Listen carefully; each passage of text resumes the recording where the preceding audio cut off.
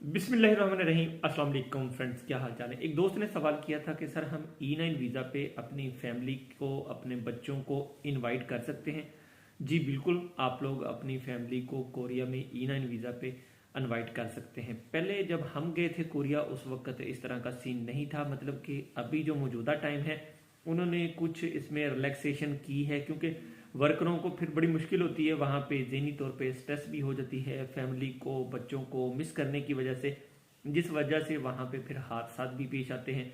तो फिर जाहिर बात है उनको फिर कोरिया से 2 महीने के लिए फैक्ट्री से छुट्टी भी लेनी पड़ेगी और मालिकों के काम का हर्ज भी होगा। लेकिन इस वक्त मौजूदा सूरत हाल को देखते हुए उन्होंने ये चीज़ स्टार्ट कर दी है कि अभी आप लोग E9 वीज़ा वाले अपनी फैमिली को, बच्चों को कोरिया में बुला सकते हैं। थैंक यू, जज़ाकल्ला, अल्लाह नेगेबान।